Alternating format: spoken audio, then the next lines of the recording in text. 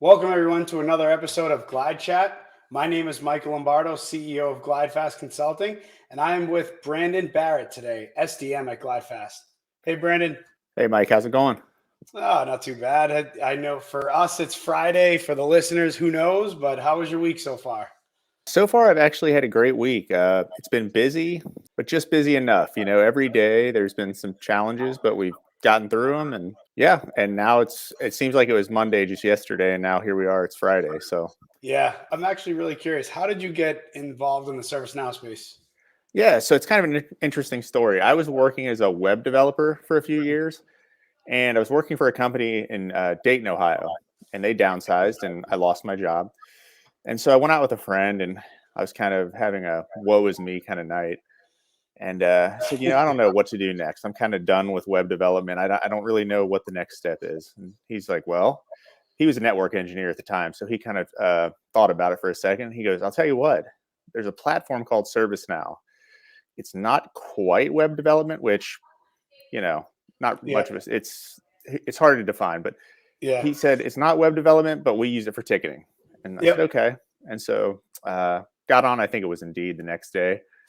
Looked for job postings, and I found a posting for an entry-level job at CloudPires in Cincinnati. And I looked at it for a couple days, thought about getting into it, and eventually just sent the job application and was interviewed and jumped right in. So yeah. And I applaud you for taking a risk like that because it's crazy how I think we all kind of stumble into the ServiceNow space, right? And definitely, but yours was a little bit more of a risk, right? Companies like GlideFast and CloudPires. Now we're all GlideFast, but those names are really interesting too, right? So it's like yeah, it's like all right, I got ServiceNow. And notice how they're all two syllables, right? Like right, yeah. ServiceNow, GlideFast, CloudFires. I wonder if that was intentional, by the way. Yeah, well, it was funny because people kept getting the name wrong when I first started working there. Yeah, Cloud Spires, Cloud Peers. yeah, I But did too. yeah, Yeah, and I didn't realize, I guess, what a risk it was at first. It was a 3-month training program there, and went through the training. hmm And I think it hit me about maybe the second month, just how deep of a dive it was going to be to kind of yeah, come up to speed on the platform. But yeah, I wouldn't trade it for the world. It was a great experience. Made a lot of really good friends, yep. and here we are. It's just 3 years later. And Unbelievable. now you're actually running that program, right? For the latest Yeah, class for yeah. the associate TCs. Yeah. Yeah, so I'm part of the transition team. I helped teach in the first round of the GlideFast University program last year. And once we got through the 3-month program, I kind of moved off, and now I'm managing some of the newer developers that came out of that program. And it's gone really well so far. Everyone's just diving into work. And I'm kind of, even some of these developers I'm looking at, and I'm thinking, when I got out of that training program, was I this prepared? And that's, it's crazy to think about. That was just Yeah. 3 years ago. It seems like forever ago, but It's pretty amazing. I mean, it's pretty amazing to be a part of that.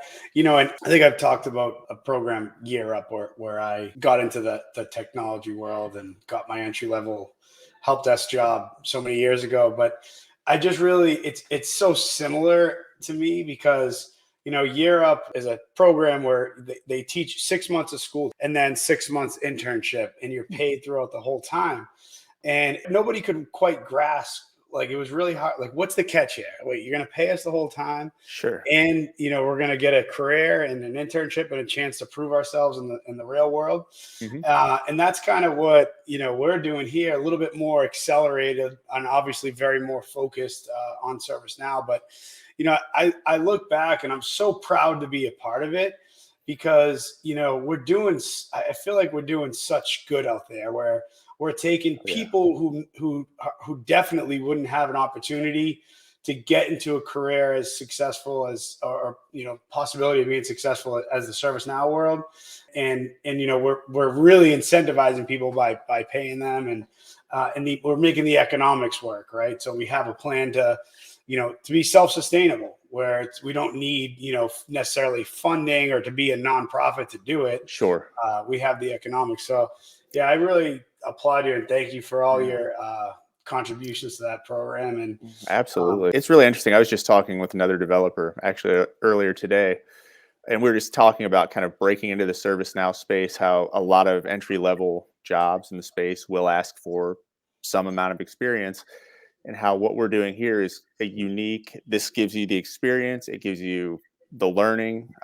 You're not just kind of thrown out there, and yeah, it's something you can turn into a career. It's not just a, a 3-month long boot camp that you get out and then you have to try and figure out what to do next. I mean, the path is just kind of laid out before you. So yeah, that's we're really definitely cool. setting people up for success. It's not easy, right? As you know, No, no. it's not. It's definitely that's one like warning we give. Like, listen, this is Yeah. not just, but we're setting you up for success, right?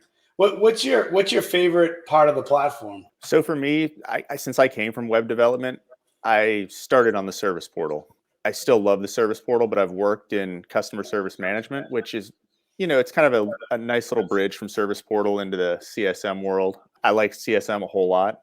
Been on quite a few projects there. I've actually done some software asset management too, and I enjoyed that. But service portal is still kind of where my heart is. It's It's to me, and I was never a portal guy, and mhm.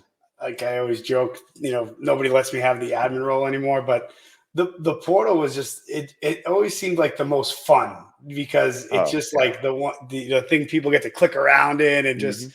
it's always so beautiful, and it's like seems like the fun part of And service the now. portal is a really interesting part of the platform in that you can customize it and tailor it so much to a Mhm. client's, exact specifications, but you also still have to kind of keep in mind we want to stay as close to out of the box as we possibly can. Yeah, And so it's always that fine line, but you can do some really amazing things. And yeah. plus I mean, a lot of people like it because I want to do the portal because it's pretty, Yeah, it I is. want to That's build what I that. mean. Yeah, it's almost like the most web development aspect of ServiceNow, right? Where so much of the rest of the platform is like configuring and Yeah. code snippets, Yep. things like that. But Brandon, what do you think? Like the future of ServiceNow? What do you think it's going? Because we've seen so much innovation. We've seen a lot of industry focus. What do you think the future is for ServiceNow? Absolutely. I think so. For me, it's kind of interesting. I think ServiceNow is going to continue to go forward on the low code, no code path and to Yeah, kind of tread that way. But then we've also seen, the more code heavy, the UI builder and different elements like that. And I think probably what ServiceNow is going to do, if I had to guess, they're going to try to branch out into newer industries. Obviously, their ticketing and everything like that is just so well established for IT departments, and they continue to. I know there's FSO. There's the.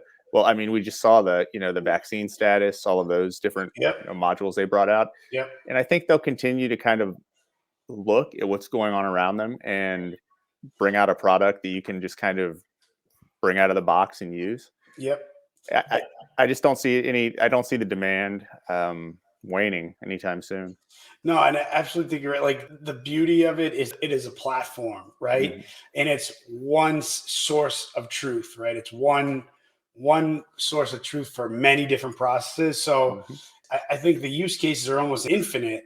Where as long as there's a workflow, there's a process, there's Yep. a task that needs to be completed somewhere in the world, who knows? Maybe Yeah. we've already stepped out of just the corporate world, right? We're in the government, we're in the citizen fulfillment world. Wherever there's a workflow, Mhm. ServiceNow will be there. Whatever there's a task, ServiceNow will be there. Yeah, and it's just kind of to that point for newer developers starting out. I think Yeah. that's what takes you a while to wrap your arms around. Is you might get the technical side of the platform pretty quickly, but it's the actual business process side of the platform that can take several projects or several iterations of going through to see how customers are actually using the platform. And I think we're going to continue to see that, new types of customers gravitating toward the platform and using it for different things. So it's, 100%. yeah. All right. As we like to leave each glide chat out, if you had one thing, one piece of advice, maybe to newer developers or developers out there, what would it be? Well, the first piece of advice, always check your update set. Always. Yes. I've made Triple that check. mistake many times. Yeah. But no, the piece of advice I would give is, don't give up, even if it seems difficult at first. If you're just diving into any kind of a tech platform, just don't give up. Things always get harder before they get easier. And, I'm kind of a testament to that. I'm sitting here today and helping new developers learn. So there were definitely times where I was just kind of sitting there staring at the screen going, I have no idea why this isn't working. Am I cut out for this? Is this? And now it's Then you getting to got be it to second work. nature. So Yep. And then sometimes you're like, how did I get this to work? I don't know. It's working. yeah, right. And then it's as long as it works for the demo, you're okay. Yeah. Once you get it working. So Brandon, thank you for another episode of GlideChat. And hey, have thank a you. good weekend. Hey, you do the same. Thanks, Mike.